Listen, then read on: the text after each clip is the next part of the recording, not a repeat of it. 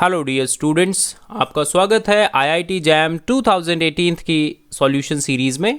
इस वीडियो में हम question number 50 of section C को सॉल्व करने जा रहे हैं। तो आइए सबसे पहले हम इसको रीड कर लेते हैं कि ये क्वेश्चन आखिरकार क्या कहना चाह रहा है। The coefficient of x to the power 4 in the power series expansion of e to the power sin x about x is equal to 0 is. तो हमको क्या करना है, सबसे पहले हमें e to the power sine x का power series निकालना है about x is equal to 0।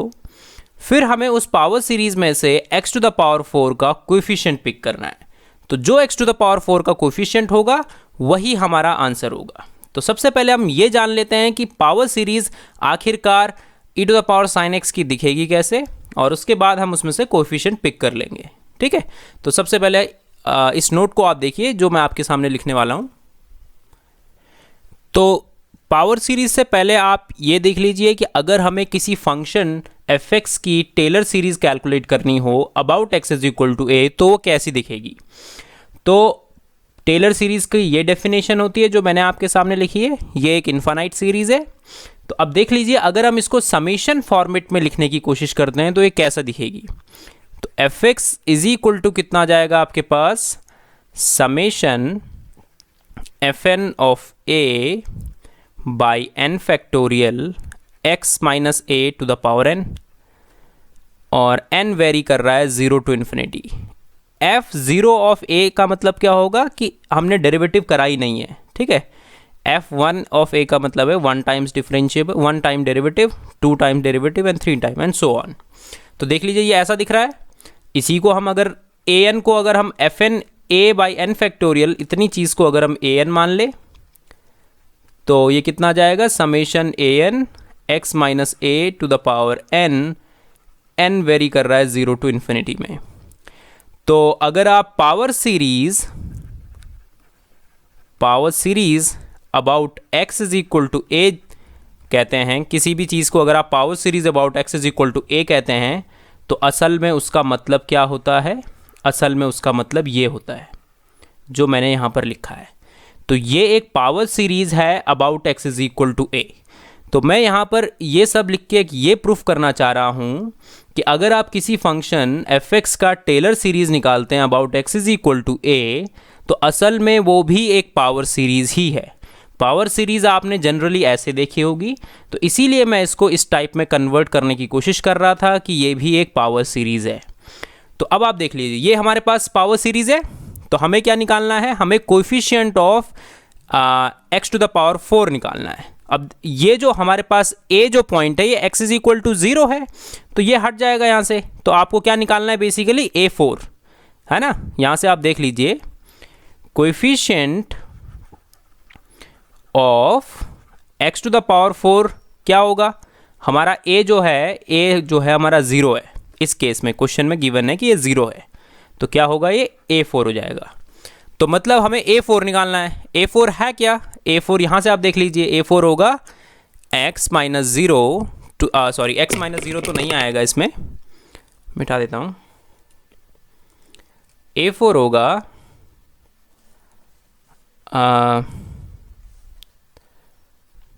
तो ये क्या हो जाएगा, ये हमारा a4 हो जाएगा, f4 ऑफ 0। तो इसका मतलब अगर हमारे पास given function e to the power sine x है, तो हमें इसे कितनी बार डिफरेंशिएट करना होगा, 4 टाइम्स। तो अगर आप सोचिए, अगर आप इसको 1 टाइम भी डिफरेंशिएट करते हैं, f' भी अगर आप कैलकुलेट करते हैं, तो वो क्या आएगा, f' इसका आएगा e to the power sine x dot cos x।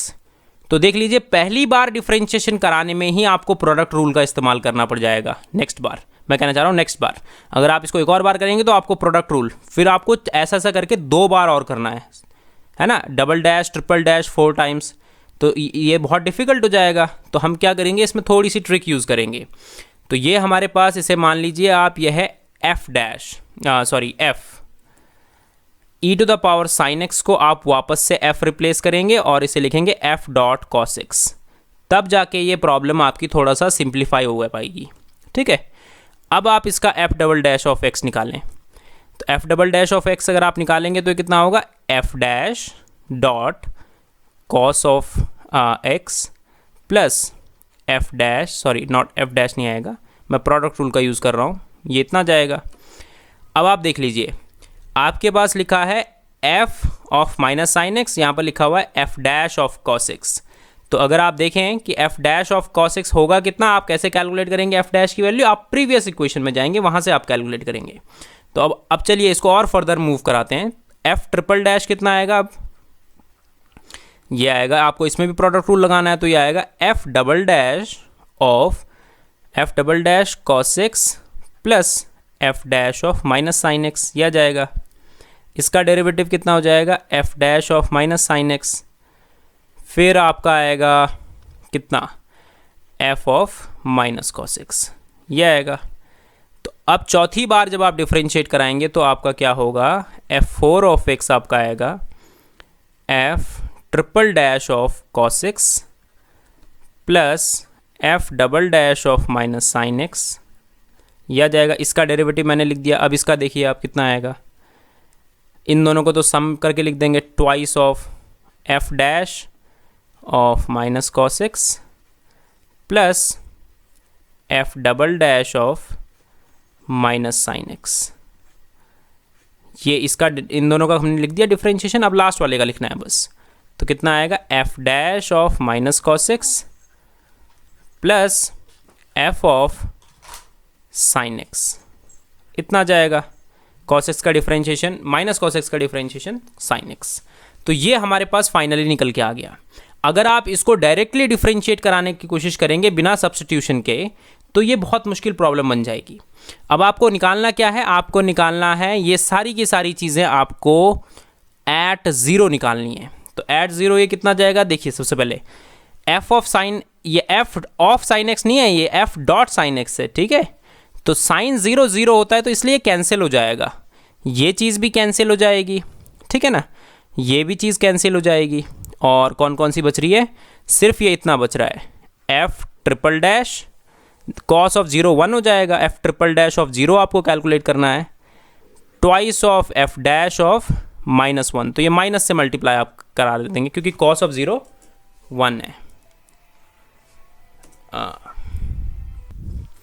तो सबसे पहले हम फिर यहाँ पर f ट्रिपल डैश ज़ीरो की वैल्यू निकालेंगे। तो अगर हम f ट्रिपल डैश ज़ीरो की वैल्यू निकाल रहे हैं तो कितनी आएगी, वो आ जाएगी f double dash zero plus f dash zero.